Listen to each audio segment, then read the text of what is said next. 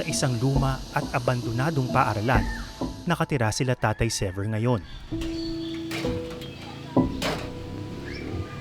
Lumikas sila dito kasama ang iba pang pamilya noong 2021 matapos mawasak ang kanilang bahay ng bagyong Odette. Hanggang ngayon, bakwit pa rin sila. Kamusta? Anong pakiramdam mo tayo pagkatapos mag-dive? Mayroong konting pagod at gutom at saka mayroong konting lamig. Yan ang dinanamdam. May sakit ka ba ngayon? Ano? May sakit ka ba ngayon? Wala. Uminom ka ng gamot Ha? Uminom ka ng gamot? Wala man akong sakit. Ba't ka uminom ng gamot? Sa sipon? Aw. Oo, may sakit ka. Ang konti lang.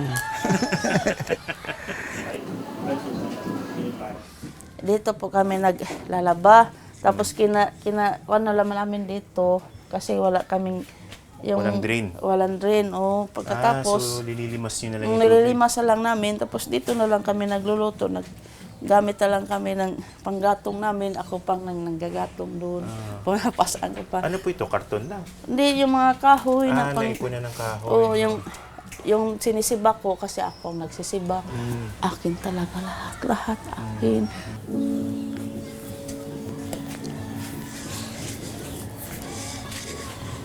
Ito yung higaan namin. Tapos yung sa mga anak Madilim ko. po, no? Walang ilaw. Isa lang kasi. Tapos pakisuyo pa kami. So hindi po kayo... Wala talaga kaming kuryente. Wala lahat.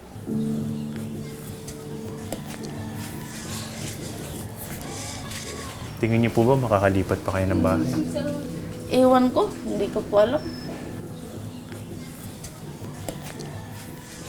Nay, ba't kayo umiiyak? Kasi ako mapagsabihan sa yung sama ng loob ko eh. Kasi isang senior, 2 bata. Nagdasal ko sa Panginoon na sana bigyan ako ng malakas, ng kapangatawan.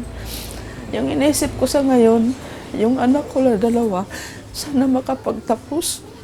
Kasi pangarap talaga niya.